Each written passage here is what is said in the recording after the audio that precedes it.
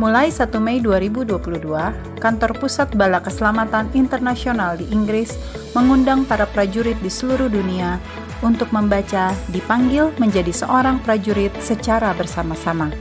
Kita akan fokus pada satu bab buku di setiap minggu.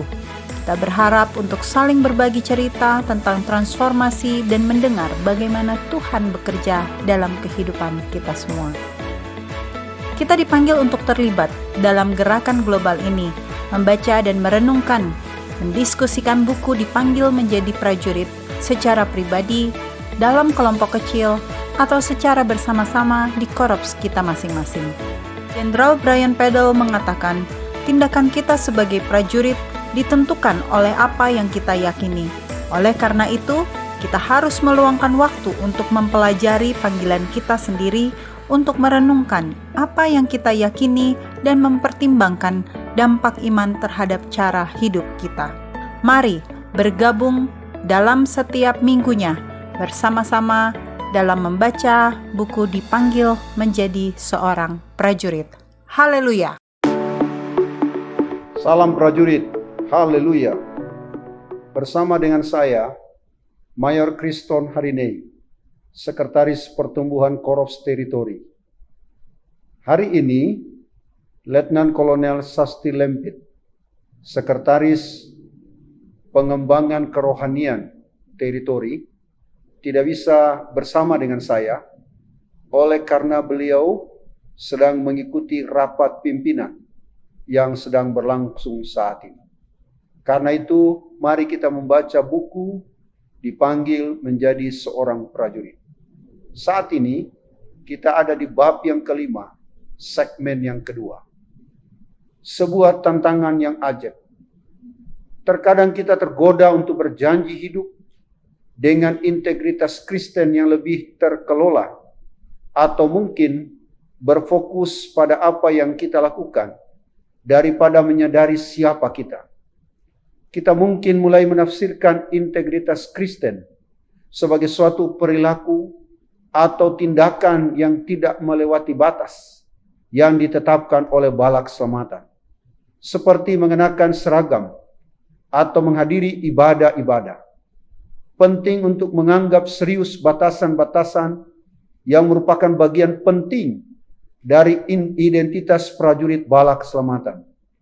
Namun, jika kita melihat hal-hal ini sebagai satu-satunya tanda integritas kita sebagai prajurit, kita merendahkan dan mengurangi apa yang Allah tuntut dari kita.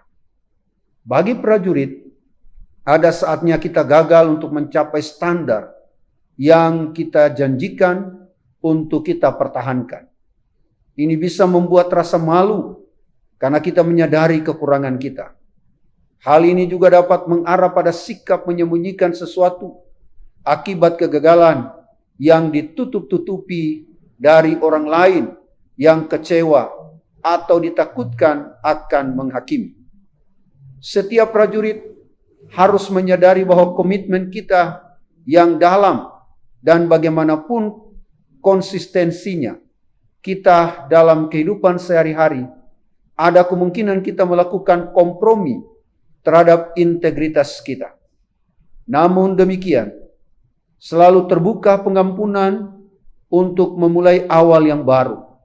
Tentu hal ini akan menjadi sangat efektif apabila dibarengi dengan dukungan dan dorongan berkelanjutan dari para pemimpin dan prajurit lainnya dalam proses pertanggungjawaban yang penuh kasih dan restoratif bersifat pemulihan ini. Begitupun sebaliknya, terkadang kita mengetahui ada prajurit lain yang sedang bergumul untuk hidup dengan integritas dalam aspek-aspek kehidupan mereka. Sebagai teman, sesama prajurit, kita mungkin bisa berdiri dekat mereka, memberi nasihat dan dukungan dalam prosesnya, bukan justru menyalahkan mereka.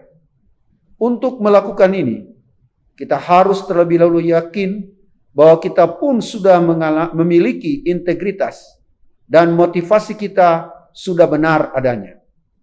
Kita diingatkan oleh Yesus, janganlah kamu menghakimi, maka kamu pun tidak akan dihakimi. Dan janganlah kamu menghukum, maka kamu pun tidak akan dihukum. Ampunilah, dan kamu akan diampuni.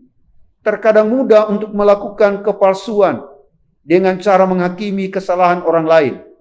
Hal ini tidak pernah bisa diterima dan bukan ciri orang Kristen yang berintegritas. Bahaya kemunafikan, kecenderungan untuk bertindak yang tidak sesuai dengan apa yang kita janjikan sungguh merupakan hal nyata sekaligus berbahaya. Ketika keyakinan, komitmen dan tindakan kita tidak selaras, maka hal ini sangat merusak dan membawa kepada kehancuran yang luar biasa. Sebab kita sedang kompromi dengan integritas. Hal ini juga membawa implikasi untuk balak selamatan dan gereja yang lebih luas. Yesus berkata tentang kemunafikan kaum beragama dengan mengatakan, "Celakalah kamu, hai ahli-ahli Taurat dan orang-orang Farisi, hai kamu orang-orang munafik, karena kamu menutup pintu-pintu kerajaan surga di depan orang. Sebab kamu sendiri tidak masuk, dan kamu merintangi mereka yang berusaha untuk masuk." Matius 23 ayat 13. Ketika kita hidup dengan integritas, reaksi dan tindakan kita menarik perhatian orang lain, dan iman kita mencerminkan hal-hal positif. Namun apabila kita berkompromi dengan integritas, maka akan membuat orang lain bertanya-tanya tentang nilai dari iman kita. Jika prajurit balak selamatan sebagai perwakilan dari gereja masa kini tidak hidup dengan integritas, maka tujuan misi balak selamatan terancam dan rusak. Tanggung jawab kita kepada orang lain akan dibahas pada bab ini. Dalam setiap keadaan, integritas Kristen harus membentuk dasar dari keteladanan, perilaku, reaksi, dan tindakan kita. Integritas Kristen dalam komunitas. Kolose 1 ayat 19-20 mengingatkan kita bahwa tidak ada sesuatu pun kecuali kasih Kristus yang menebus. Karena seluruh kepenuhan Allah berkenan diam di dalam Dia, dan oleh Dialah Ia memperdamaikan segala sesuatu dengan dirinya, baik yang ada di bumi maupun yang ada di surga, sesudah Ia mengadakan pendamaian oleh darah salib Kristus. Jadi, tidak ada masalah atau keadaan yang kita alami di luar kasih itu. Kita perlu menghadapi setiap keadaan dengan penuh integritas, termasuk masalah-masalah yang tidak secara langsung berhubungan dengan iman kita. Ketika kita sedang menghadapi berbagai masalah, termasuk masalah sosial, moral, konsumerisme, media dan media sosial, masalah politik lokal dan nasional, masalah lingkungan, tanggapan kita harus berdasar pada komitmen kita pada nilai-nilai kerajaan Allah dan kehidupan Kristen yang berintegritas.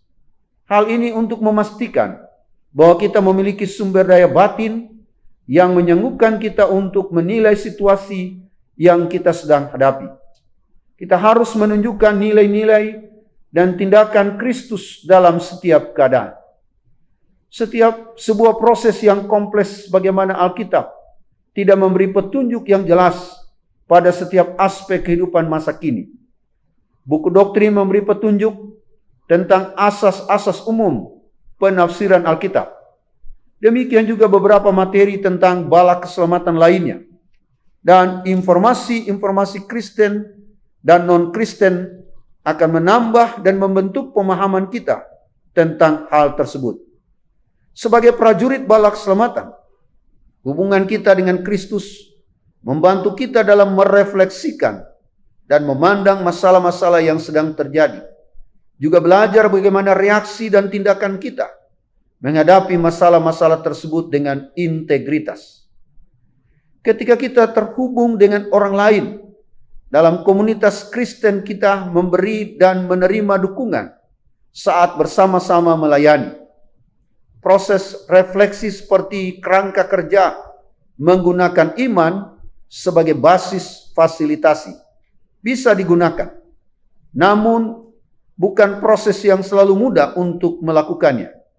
mengingat terkadang ada pendapat yang berbeda di dalam maupun di luar gereja Kristen pada banyak subjek. Prajurit bala keselamatan harus berhati-hati ketika membuat pertimbangan atau keputusan, khususnya yang berkaitan dengan janji yang kita buat. Akuntabilitas. Isi dari perjanjian prajurit mengatakan bahwa menjunjung tinggi integritas. Integritas Kristen berarti tidak membiarkan adanya pikiran, ucapan atau perbuatan yang tidak pantas, najis dan tidak benar, duniawi, tidak jujur atau amoral. Inilah harapan yang tinggi, sekaligus tantangan yang terus-menerus membutuhkan perhatian dalam hubungan pribadi kita dengan Allah. Juga evaluasi pribadi dan kesediaan untuk bertanggung jawab kepada orang lain. Akuntabilitas bisa terjadi melalui pengaruh seseorang yang dapat dipercaya dalam hubungan mentoring atau pembinaan melalui kelompok kecil, dalam ibadah kesucian dan tebusan, dalam keadaan tertentu, melalui proses formal hingga dewan pastoral dan para pemimpin. Integritas Kristen harus menjadi model dalam setiap proses gerakan kita. Bala keselamatan berkomitmen membangun akuntabilitas yang saling menguntungkan sebagai dasar dari proses tata kelolanya. Ini berarti bahwa kita melaporkan, memberi penjelasan, dan bisa memberikan jawaban atas keputusan-keputusan yang kita buat, mengambil tindakan, dan konsekuensi-konsekuensi selanjutnya. Pada dasarnya adalah menerima tanggung jawab dari apa yang kita putuskan dan kita lakukan, baik secara pribadi maupun bersama-sama. Jika ini berlangsung dengan baik, kepercayaan dan orang-orang akan terbangun. Kita adalah bagian dari tubuh Kristus. 1 Korintus 12 ayat 12-27. Apa yang terjadi pada satu bagian tubuh akan berimbas pada bagian tubuh yang lain. Kita harus bertanggung satu terhadap yang lain. Matius 18 ayat 15-17. Dan bekerja bagi kebaikan semua orang. Oleh sebab itu, jika kita mengetahui secara pribadi ada penyalahgunaan terhadap kita atau orang lain, kita mempunyai tanggung jawab untuk bersuara demi akuntabilitas yang benar. Integritas Kristen mengalir dari kehidupan yang berdasar pada Kristus, komitmen yang dalam kepada Allah, dan pertumbuhan dalam kekudusan. Integritas kita memampukan kita untuk mengarahkan hubungan yang kompleks antara iman dan budaya kita. Ada kalanya prajurit bala keselamatan termotivasi untuk bertanya-tanya tentang standar dan nilai-nilai yang kita jalani, baik di kalangan kelompok sebaya, komunitas, maupun budaya. Pada saat seperti itu, kita perlu bersaksi tentang kehidupan kita dalam Kristus melalui cara berpikir dan perilaku yang berbeda, bukan karena standar eksternal yang diterapkan oleh bala keselamatan, tetapi juga karena integritas Kristen menawarkan cara yang lebih baik. Sebagai refleksi untuk kita renungkan, marilah kita menjadi prajurit bala keselamatan yang mempunyai integritas, sehingga setiap tindakan keputusan yang kita lakukan, terlihatlah kita adalah prajurit yang bersandar kepada Tuhan. Haleluya.